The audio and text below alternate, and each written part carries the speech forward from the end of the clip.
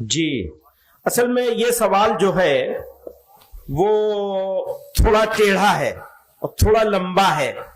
اب اس کے اوپر اگر میں بات کروں گا تو لمبی بات ہوگی. نمبر ایک. نمبر دو، آپ نے آدمی کا نام لے لیا. میری عادت ہے میں آدمی کا نام لیتا نہیں ہوں. اب سوال کرنے والے نام لے لیتے ہیں، میں جواب دوں گا تو کہیں گے جی یہ تو ان کے خلاف بول رہے ہیں. ایک بات یاد رکھیے، خلاف میں اور اختلاف میں بہت فرق ہے. خلاف ہونا اچھی بات نہیں ہے، منفی بات ہے، نیگیٹو بات ہے. اختلاف کرنا حق ہے ہر انسان کا. ہم لوگ ایک جمعیت کے لوگ بیٹھے ہوئے ہیں یہاں، ہم آپس میں بھی اختلاف کر سکتے ہیں اور اس اختلاف کے نتیجے میں کئی مرتبہ اچھی باتیں نکل کے آ سکتی ہیں. لیکن اگر ہم ایک دوسرے کی مخالفت کرنے لگیں گے تو اچھی بات پیچھے رہ جائے گی، خراب بات آگے آ جائے گی. پہلی بات تو یہ سمجھ لیجئے، یعنی اختلاف ضرور ہونا چاہیے، مخالفت ہرگز نہیں ہونی چاہیے. میں نے اپنی زندگی میں کسی کی مخالفت نہیں کی، اور اگر کی ہو اور آپ یاد دلائیں تو میں اس مخالفت کو واپس لینے کے لیے تیار ہوں. اختلاف بہت لوگوں سے کیا ہے، وہ اختلاف اصولوں پر ہوتا ہے، اس پہ میں کوئی سمجھوتا کرنے کے لیے تیار نہیں. نہ کیا ہے نہ کروں گا. ایک اصولی بات ہے جس کو جمعیت علماء نے یہ سمجھا ہے اور ہمیشہ جمعیت علماء اس پر قائم ہے.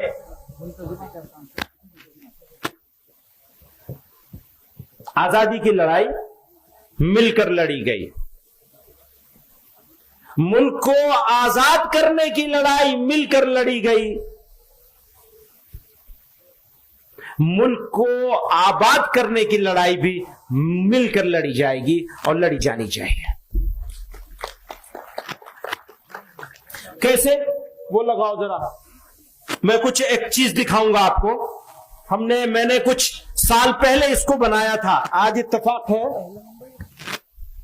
بھارت میں 2019 میں مسلمانوں کی آبادی، کل آبادی ملک کی جو ہے وہ پہلے دیکھیے، یہ ہے کل آبادی 137 کروڑ لوگ ہیں جو اس ملک میں بستے ہیں. 137، اس کو موٹے طور پر 140 کروڑ مان لیں کیونکہ عام طور پر 140 کروڑ بولا جاتا ہے. مسلم آبادی اس میں سے 19.5 کروڑ ہے. 140 کروڑ میں سے مسلمان 19.5 کروڑ ہیں. غیر مسلم ہے 117 کروڑ ہے نا، 117 کروڑ اور 50 لاکھ ہے نا، 117.5 کروڑ ہے. وہ دیجئے. تو غیر مسلم اس میں سے 117.5 کروڑ ہیں. اب آپ یہ دیکھیں گے کہ اس میں کتنے لوگ ہیں جو ہمارے دوست ہیں، کتنے ہیں جو ہمارے دشمن ہیں، مخالف ہیں. تو دوست اور دشمن نہ کہیں بلکہ وہ ایک تعبیر جو تھی وہ اس کو بدلنا تھا نا یہاں. اور کتنے ایسے ہیں جو خاموش ہیں، نہ دوست ہیں نہ دشمن ہیں. 3 طرح کے لوگ ہیں ملک میں بسنے والے لوگ. اگلے اس میں چلیے سلائیڈ میں. میرے حساب سے آج کی تاریخ میں جو ہم سے اتفاق نہیں رکھتے، سخت اختلاف رکھتے ہیں، وہ 30% ہیں.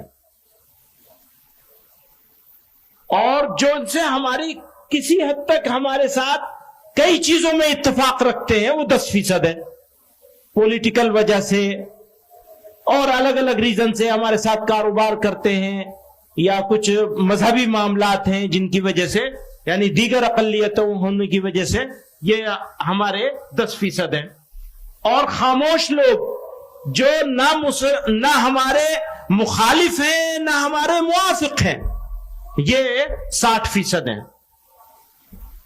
آپ اس کو سمجھ گئے؟ دوبارہ سے کہوں، ہمارے سخت مخالف، آج کل آپ سوشل میڈیا پہ بہت ساری چیزیں دیکھتے ہیں، بہت طرح طرح کی باتیں لوگ بول رہے ہیں، یا مین اسٹریم میڈیا میں بھی، یا خود میڈیا کا بھی ٹوٹل رویہ اگر آپ دیکھیں گے تو وہ ایسا ہی ہے. اس کی تعداد میرے نزدیک 30% ہے. آپ اس سے اتفاق کرتے ہیں؟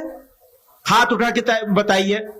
اتفاق کرتے ہیں کہ 30% لوگ بگڑ گئے. زیادہ سے زیادہ میرے نزدیک یہ کم ہے، لیکن یہ بحث میں نہ پڑے اس وجہ سے میں اس کو 30% مان رہا ہوں. اور جو ہمارے ساتھ تعلق رکھتے ہیں کسی وجہ سے بھی، یہ زیادہ سے زیادہ کم سے کم 10% ہے. میرے نزدیک اس سے زیادہ ہے، لیکن میں نے کم سے کم کیا ہے. اور تیسرے وہ ہیں جو خاموش ہیں اور میجورٹی ہے ان کی، اکثریت ہے ان کی، یعنی 60% ہے وہ. اگلی سلائیڈ جاؤ. 1 منٹ یہاں رک جاؤ. آپ نے دیکھا یہاں یہ 17.5 کروڑ 17 کروڑ 22 لاکھ مسلمان ہیں. تھوڑا باریک سی بات ہے، اس کو ذرا توجہ چاہوں گا آپ لوگوں کو. مسلمان جہاں مسلمانوں کی آبادی کی اکثریت ہے، وہاں کتنے کروڑ مسلمان رہتے ہیں؟ جیسے دیوبند ہے، جیسے دھبری ہے، جیسے ارریا اور پورنیا ہے، جیسے کشمیر ہے، جیسے مظفر نگر کا کوئی علاقہ ہوگا، کوئی گاؤں ہوگا، کوئی تحصیل ہوگی، جیسے دلی کا اوکھلا ہے، جیسے دلی کی جامع مسجد کا علاقہ ہے. یہ سارے علاقوں کے مسلمانوں کی تعداد کو اگر ہم ٹوٹل کرتے ہیں تو 3 کروڑ 40 لاکھ. آپ سمجھ رہے ہیں؟ 3 کروڑ 40 لاکھ مسلمان ایسے علاقوں میں رہتے ہیں جہاں مسلمانوں کی اکثریت ہے. جیسے دیوبند ہے، ہمیں یہ اطمینان ہے کہ اگر ہمارے گھر کا دروازہ کھلا رہ جائے تو چوری تو ہو سکتی ہے، آبرو کو خطرہ نہیں ہے. چوری تو ہو سکتی ہے، گھر چھوڑ دیا کوئی برتن اٹھا لے جائے گا، سلنڈر اٹھا لے جائے گا. ایسے علاقے گاؤں کے لحاظ سے، شہر اور قصبوں کے لحاظ سے، تحصیلوں کے لحاظ سے، ضلع کے لحاظ سے، ان سارے جگہوں کے مسلمانوں کی جو تعداد ہم نے اکٹھی کی تو وہ 3 کروڑ 40 لاکھ. اور غیر مسلم میجورٹی علاقوں میں رہنے والے مسلمان 14 کروڑ 20 لاکھ. آپ سمجھ رہے ہیں؟ مسلمان انڈیا میں 2 حالت میں ہے. ایک حالت اس کی یہ ہے کہ وہ غیر مسلم علاقوں میں رہتا ہے، یعنی ملکی سطح پر ہم اقلیت میں ہیں، مقامی سطح پر کہیں ہم اقلیت میں ہیں، کہیں اکثریت میں ہیں. جہاں ہم اکثریت میں ہیں وہاں ہماری تعداد 3 کروڑ 40 لاکھ ہے. اور جہاں ہم مقامی طور پر بھی اقلیت میں ہیں، ہمارا ایک گاؤں ہے، ہم اس گاؤں میں رہتے ہیں، وہاں ہمارے 20 گھر ہیں، 40 گھر ہیں، اور غیر مسلموں کے 200 گھر ہیں. ایسے مسلمان پورے ملک میں جب ہم ان کی تعداد دیکھتے ہیں تو 14 کروڑ 20 لاکھ ہے. ایک طرف 3 کروڑ 40 لاکھ، دوسری طرف 14 کروڑ 20 لاکھ. اگر ایماندار ہیں ہم تو ہم پالیسی بنائیں گے کس کے لحاظ سے؟ 14 کروڑ 20 لاکھ کے لحاظ سے، جس کی عزت بھی خطرے میں ہے، جس کی مسجدیں بھی خطرے میں ہیں، جس کی ہر چیز ہر معاملہ غیر مسلموں کے ساتھ وابستہ ہے. اس کو چھوڑ کر میں 3 کروڑ 40 لاکھ کی بات کروں گا تو بے ایمان ہوں گا یا ایماندار ہوں گا؟ پچھلے 75 سالوں میں آپ کی جمعیت علماء نے یہ 3 کروڑ 40 لاکھ لوگوں کی بات نہیں کری، 14 کروڑ 20 لاکھ لوگوں کی بات کریے. سمجھ رہے ہیں آپ میری بات؟ کچھ لوگوں کی سمجھ میں نہیں آئے گی، عقل پہ پردہ پڑا ہوا ہے.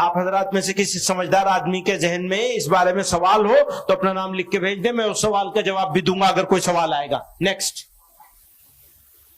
مسلم اکثریتی علاقوں کے مسلمانوں کے سامنے اپنا ایمان، اپنی پہچان، عزت اور آبرو بچانے کا ایشو نہیں ہے۔ بھائی دیوبند والے مسلمانوں کے سامنے یہ ایشو نہیں ہے، جبکہ غیر مسلم اکثریتی علاقوں میں رہنے والے مسلمانوں کے سامنے سب سے بڑا ایشو اپنا ایمان، پہچان، عزت، آبرو اور مساجد بچانے کا ہے۔ کون سی چیز بچاؤ گے؟ اپنی ناک بچاؤ گے یا اپنے بھائیوں کا ایمان اور عزت اور آبرو بچاؤ گے؟ فیصلہ آپ کو کرنا ہے۔ جمعیت علماء تو اس فیصلے پر ہے۔ میں سارے دوستوں کو کہنا چاہتا ہوں آج کے اس اجلاس کے ذریعے سے بتایا جائے کہ کس کے لیے کام کرنا ہوگا۔ اس علاقے کے مسلمانوں کے لیے کام کرنا ہوگا جو مسلم اکثریتی علاقوں میں رہتا ہے، یا اس علاقے کے مسلمانوں کے لیے اس مسلمان کے لیے کام کرنا ہوگا جو غیر مسلم اکثریتی یعنی غیر مسلم نن مسلم میجورٹی ایریا میں رہنے والے مسلمان اور مسلم میجورٹی میں رہنے والے مسلمان، دونوں کے سوچنے کا انداز بھی الگ ہے، ایٹیٹیوڈ بھی الگ ہے، رویہ بھی الگ ہے، سوچ بھی الگ ہے، پولیٹکس بھی الگ ہے۔ نیکسٹ، مسلمانوں کی leadership, political leadership, religious leadership, social leadership, مسلم انسٹیٹیوشنز، ایجوکیشنل انسٹیٹیوشنز، چاہے ریلیجس ہوں اور چاہے عصری تعلیم کا جنرل ایجوکیشن کے ہوں، فارمل ایجوکیشن کے ہوں، سب مسلم میجورٹی ایریا سے ڈیولپ ہوتے ہیں، وہی بنتے ہیں۔ کوئی بڑا مدرسہ کسی غیر مسلم محلے میں تو جا کے بنے گا نہیں، تو مدرسوں کے لوگ بھی، کالجوں کے لوگ بھی، کاروبار کرنے والے بھی، بزنس کرنے والے بھی، مسلمان یوتھ جو انرجیٹک یوتھ ہے وہ بھی مسلم میجورٹی ایریا میں رہتا ہے، لیکن سوچتا نہیں ہے۔ وہی سوچتا ہے کہ میجورٹینین سوچ، اکثریتی انداز، سینہ چوڑا کر کے چلتا ہے۔ اسے یہ نہیں معلوم کہ تمہارے بھائی کس حال میں ہیں اور ان کے اوپر اس کا امپیکٹ کیا ہوگا تمہارے سینہ چوڑا کر کے چلنے کا۔ پیغمبر علیہ الصلوۃ والسلام نے تو تواضع کے ساتھ چلنے کا حکم فرمایا ہے، تواضع اختیار کرنے کا حکم فرمایا ہے، اپنے بھائیوں کی فکر کرنے کا حکم فرمایا ہے۔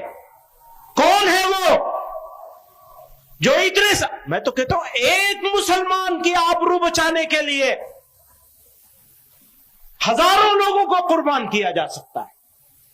ایک مسلمان کی عزت اور آبرو بچانے کے سارا کام کیا جا سکتا ہے۔ یہاں تو 14 کروڑ 20 لاکھ کا سوال ہے، اگلی سلائیڈ میں آئیے۔ اب ہو کیا رہا ہے؟ آزادی کے بعد سے اب تک ایسے لوگوں کو پسند کیا جاتا ہے جو بڑی بھڑکاؤ، بڑی زوردار، ہاں صاحب یہ ہے قائد۔ بھائی بولنے والے اور کرنے والے کا فرق تو سمجھ لو۔ کرنے والا بولتا نہیں ہے، بولے گا تو کر نہیں پائے گا، اور نہیں کرنے والے کو بولنے کا آسان طریقہ ہے۔ یہ تھوڑا الزامی جواب ہے، میں الزامی جواب دیتا نہیں، لیکن یہاں بنتا ہے یہ، کیونکہ بھڑکاؤ بات کرتے ہیں، ایموشنل بات، پوری قوم کو ایموشنل بلیک میل کر کے ایک گھیٹوں میں ڈال دیا گیا ہے،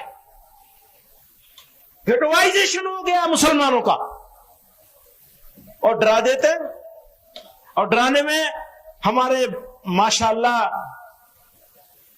فرقہ پرست طاقتیں تو نمبر 1 پر ہیں۔ آج کل میڈیا بھی ڈرانے پہ لگا ہوا ہے، سازش ہے مسلمانوں کو سیکنڈ گریڈ سٹیزن بنانے کی۔ ایسا انشاءاللہ کبھی کر نہیں پائیں گے، ہونے نہیں دیا جائے گا کسی قیمت پہ انشاءاللہ۔ اگلا نیکسٹ چلائے، جزاک